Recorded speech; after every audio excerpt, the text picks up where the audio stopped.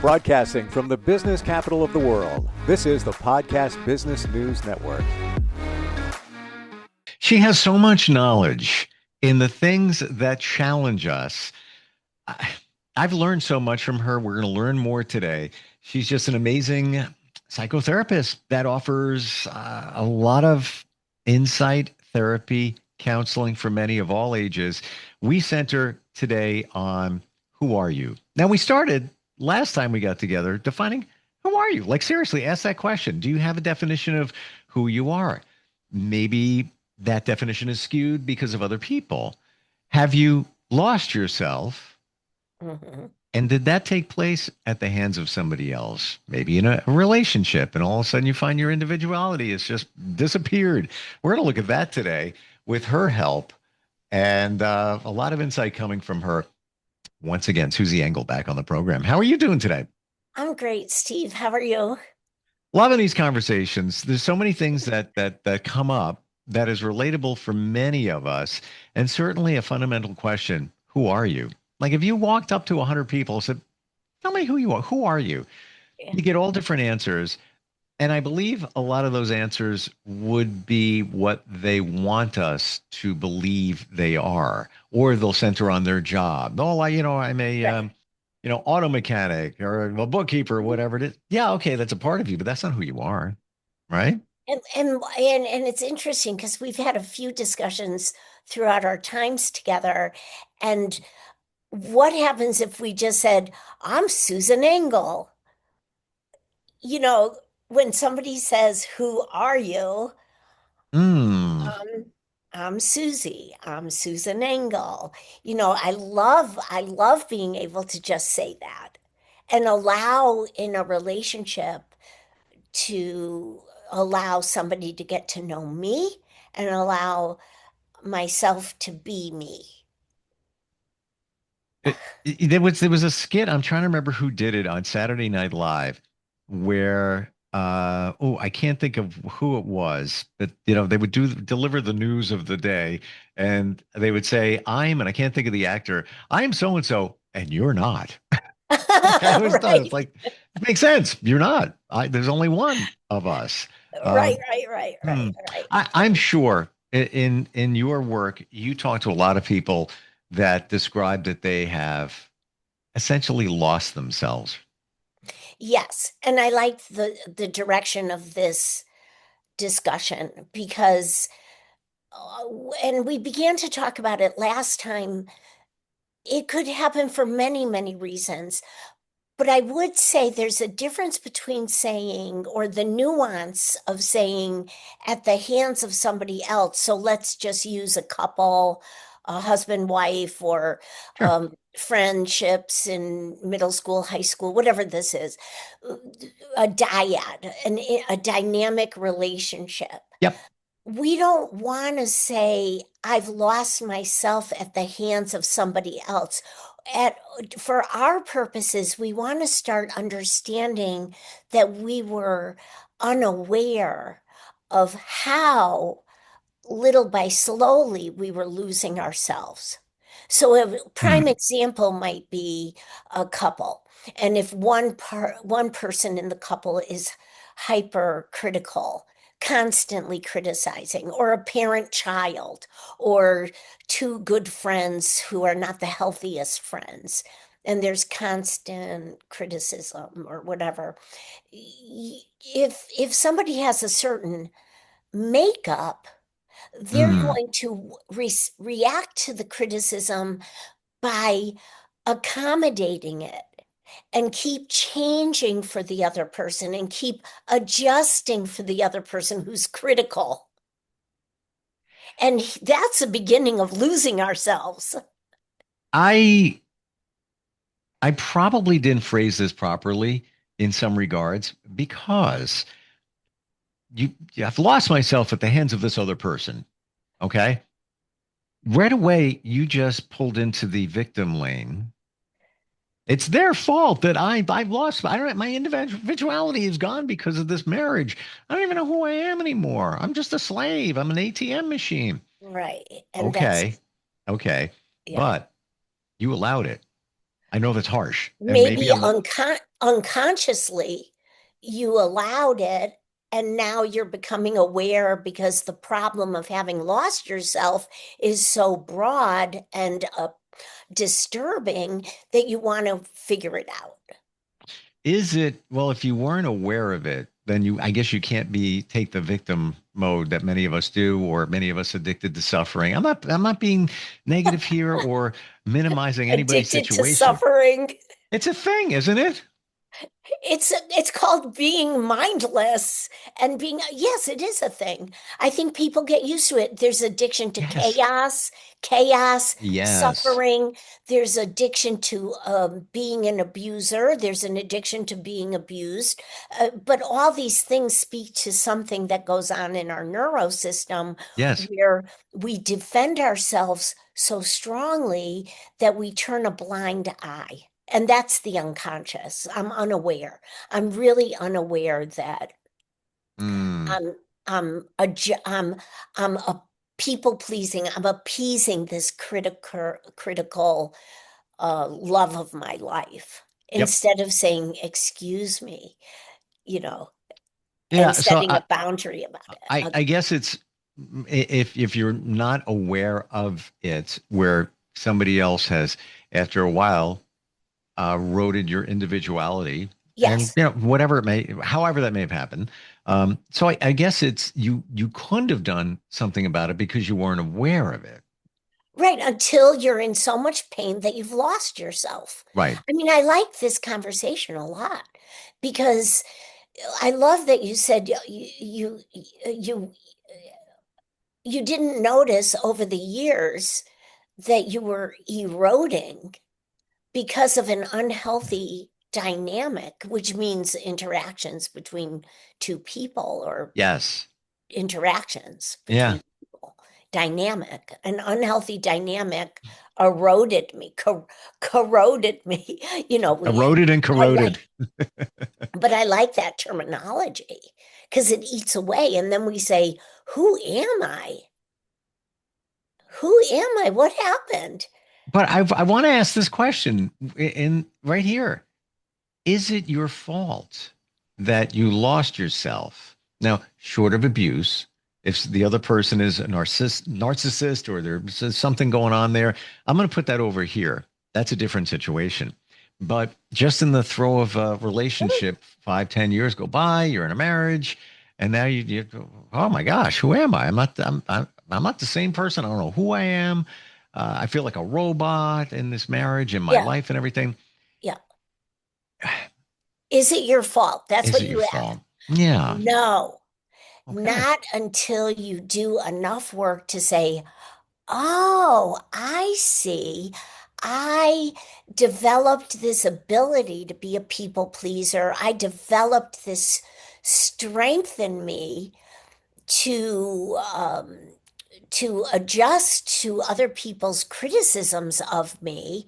I've developed insecurity about me to appease other people, Mm, and it never satisfies, and and it served a purpose up until a point. And now, since I've lost myself, I'm more aware that I developed the ability to protect myself from the criticism. So this is the anatomy of it. If it's just this one thing, if it's just I became a people pleaser because of somebody else's hyper chronic criticism of me.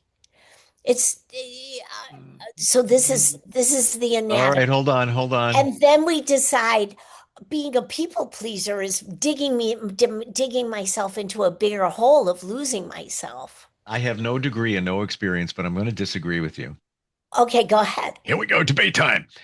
Um, the people pleasing example that you're giving, that person didn't become a people pleaser when they engaged in this relationship, and the other person in the relationship, caused them to be a people pleaser. Mm, No, they were a people pleaser from way back in the way day. back. Oh, I All agree. Okay. All right. We're on the Yeah, same page. I All of these agree. things that Yeah. caused you or enabled you to lose yourself, You already had that going on. All It- of these things contributed to yes. losing yourself. And the people pleasing thing, let's riff on that as our example. You're in a relationship with somebody, you're married, 5+ years go by, you've lost yourself. And part of that is because you just people please your partner because maybe their personality is maybe a little toxic and you're just, all right, well, I'll just Yeah. take care of that. But that was already in you. Yes, I Otherwise, am full. you would have stood Yes, up and said, all right, listen, yes, that's yes. that's not flying with me. Okay. You're spot on. You're doing great. All right. I just want to Yeah, make sure we're on the same you page. got it. Okay. Yeah, All right. you've got it. And so the adaptation is just reinforcing more and more. And it also doesn't help the situation. And if somebody doesn't lose themselves, they feel they're 2 feet on the ground, they feel secure about themselves, and they say, this is not the quality of life that I've set out to live. But Mm. listen, when you ask the question, I don't mean to say listen, but here's the thing. When you ask the question, is it your fault? I would be so happy if people just deleted blame and fault from their vocabulary, at least temporarily, uh, to really work through this business. Because if we're going to, it's like circular to say, it is my fault, I'm a fool. I saw the red flags and I didn't do anything about it. I couldn't do anything about it. I wasn't aware. Now that I'm aware, I have all the decisions and choices at my fingertips. I Okay. promise you, now that I'm conscious, I'm like, I got It's a new day. But okay, so let's look at it. that. Let's look at that now. The red flags. You saw the red flags. Yeah, We all see them. It's yeah, and they're there. That come on. right, You either right. you didn't want to truly see them, or you wanted to believe something. But hold on, I see Mhm. you. You're jumping on because of other issues that or challenges you had that were already in you. Like for Mhm. example, somebody I don't know, you got to you think that somebody's going to cheat. You can't really fully trust them. A relationship goes on for years. They wind up cheating. They showed you that in the For very sure. beginning, but you Yeah. didn't act on it because let's say you had separation anxiety from childhood, fear of abandonment from childhood, blah, blah, blah, blah, all of that. You let it go because of things that were not dealt with from your childhood. Well, and get this, from childhood, if you did not learn to trust yourself, you are going to play that out by not trusting people in relationships. And we can rationalize all people say, well, how could we trust anybody? Look at society, look at the caliber of people, blah, blah, blah. That is not the truth. If we Mm, if we grow up in an atmosphere, and I think it's somewhat rare that we are brought up to trust ourselves, mm, even if we fail, even if we make mistakes, then we're not blaming ourselves for the rest of our lives and we're not looking at ourselves as losers. We're just moving forward for mhm, what we've learned from it. And we're still whole and restore, whole, then we can trust other people.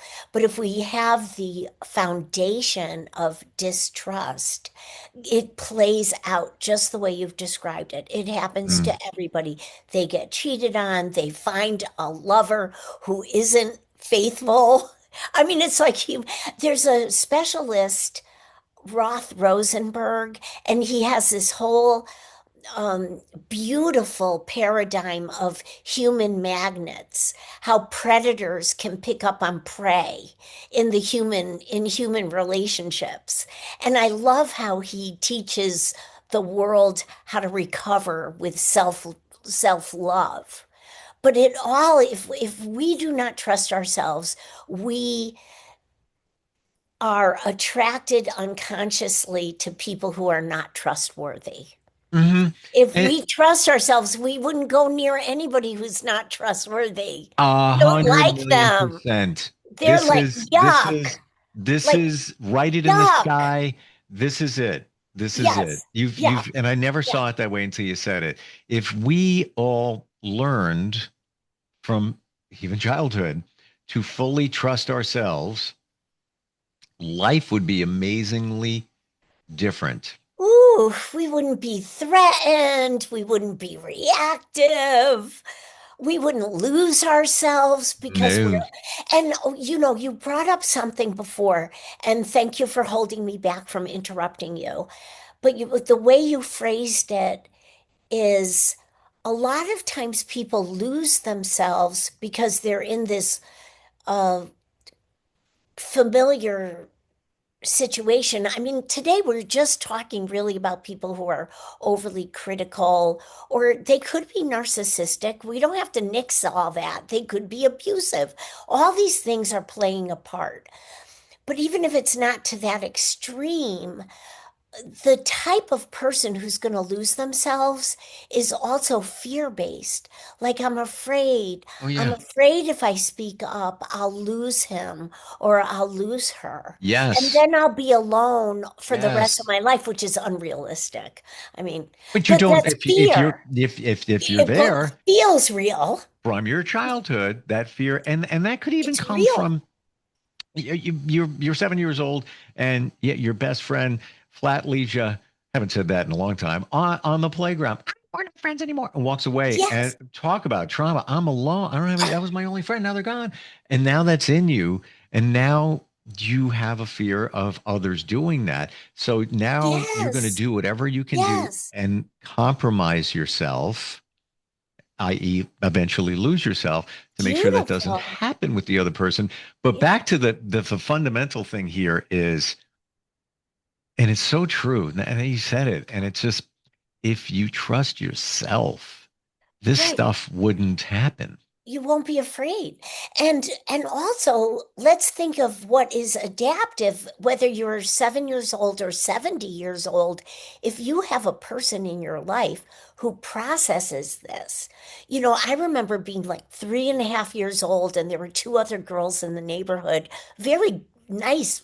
We were friends, and then the rest were all boys, and they were so wonderful. The great neighborhood, right? But one day, the two girls, they were older than me, and they kind of broke off into the dyad. And I was 3.5, and my feelings were hurt. And I remember crying, and I remember my mother, she comforted me, but she said, "You'll see, they'll be your friends tomorrow." Mm. If I were 7 years old and that happened, and somebody said, yes, your best friend is saying I don't want to be friends with you anymore, but anymore might not be anymore, and you may be friends later today. If people just spoke like that, we would all recover in the moment. But if you trusted yourself, you'd be like, well, if, not as a child, that's tough, but later in life, but it comes from Yes, childhood. If, somebody leaves you in adulthood, it's just like, yeah, ow, that hurt, rip the band-aid off, that stung. All right, well, moving forward now, it's because you've got the best person in your life that will always take care of you better than anybody. They know you more than anybody, and that's you. yes, absolutely. But if we lose ourselves, Yeah, then if we're in enough pain or misery or totally. confusion, then we come to these types of conversations that you and I are having today. Yeah. And it's wonderful. Then we find ourselves. Yeah, But for it's all those good. looking, and it's a journey, but those looking for answers of how not to lose yourself or find yourself again, it's the trust thing. I really believe. Like once you have that full trust in yourself, like Yeah. I can pull it off. I can get over that. I can pilot through challenges in life.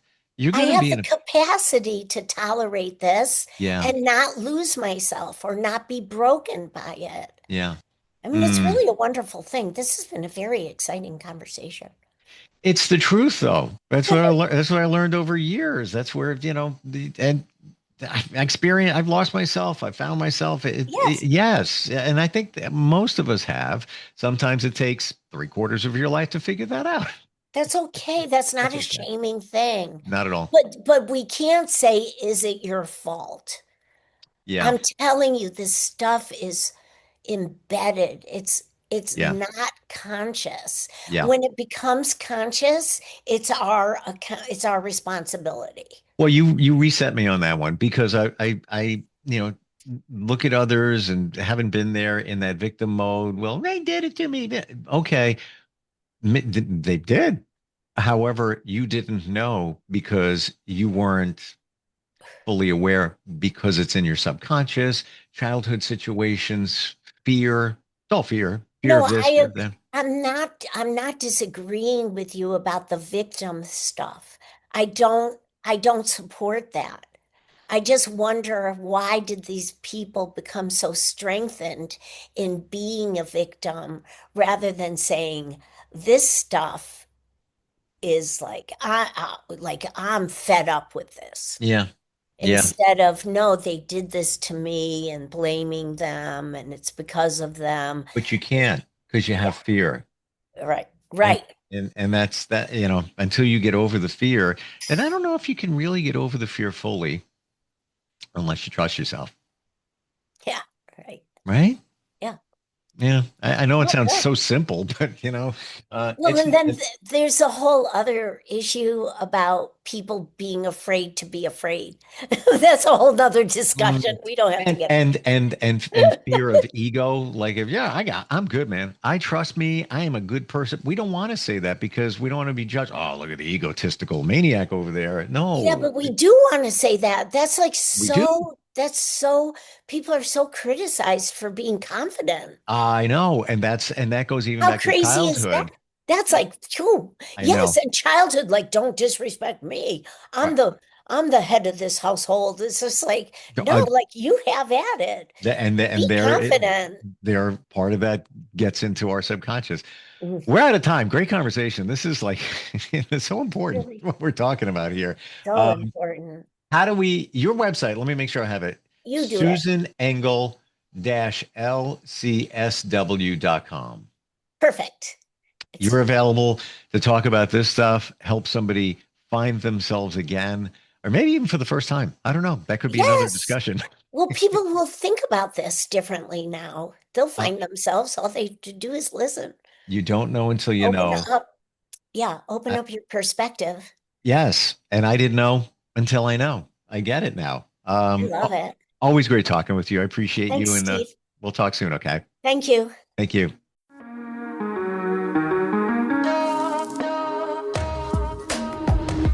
Broadcasting from the business capital of the world, this is the Podcast Business News Network.